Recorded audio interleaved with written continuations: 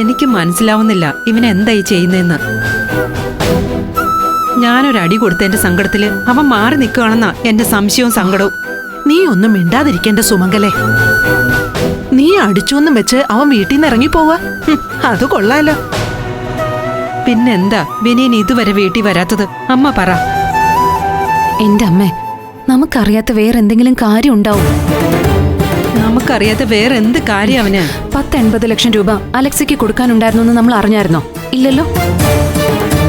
അതുപോലെ നമ്മൾ അറിയാത്ത വേറെന്തെങ്കിലും പ്രശ്നം ഉണ്ടെങ്കിലോ? ആ പറഞ്ഞത് ശരിയാ. അവനാണെങ്കി ഒന്നും പറയാത്തൊരു പ്രകൃതം.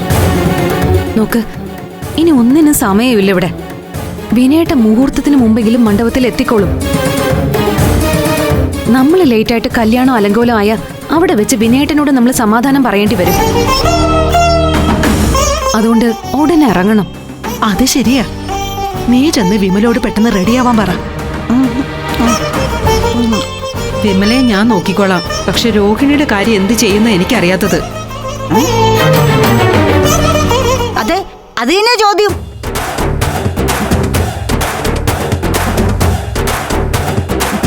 ഞങ്ങളുടെ രോഹിണിക്ക് എന്താ ഇവിടെ പ്രശ്നം? ഞങ്ങളോട് പറഞ്ഞില്ലല്ലോ. നേരം പരപരാന്ന് വെളുത്തപ്പോ തൊട്ട് കേൾക്കുന്നതാണല്ലോ ഞങ്ങളുടെ രോഹിണിയെ കുറിച്ച് ഒരു പരദൂഷണം പറച്ചില്. എന്താ അവൾക്കൊരു കുറവ്? എന്താ പ്രശ്നം? രോഹിണിയെ പറ്റി ഇവിടെ ആർക്കും ഒരു അഭിപ്രായ വ്യത്യാസവും ഇല്ല.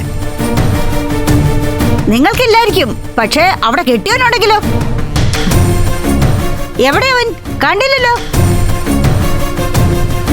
അതെ, ഇന്നലെ മുതൽ ഞങ്ങളുടെ മരുമകനെ കാണാനില്ലല്ലോ. അവൻ എവിടെയാണെന്ന് പറ, കേക്കട്ടെ. അമ്മ മതി.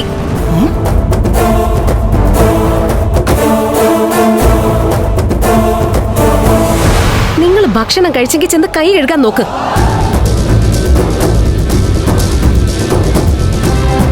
എന്റെ കെട്ടിയവന്റെ കാര്യം ഞാൻ നോക്കിക്കൊള്ളാം. കൈ കഴുകാതെ നീ ഞങ്ങളെ പഠിപ്പിക്കണ്ടേ?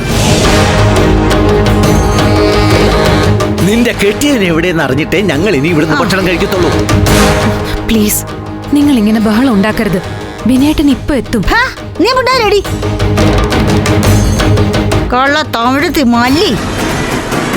അമ്മായി എടി, ഇന്നു മുതലേ നിന്റെ അമ്മാവനും അമ്മയും ചത്തുപോയെന്ന് കരുതിക്കോ. ആയിക്കോട്ടെ. 16 അടിയന്തരത്തിന് സദ്യ ഉണ്ണാൻ ഞാൻ വന്നോളാം. തൊട്ടുപോരുത്.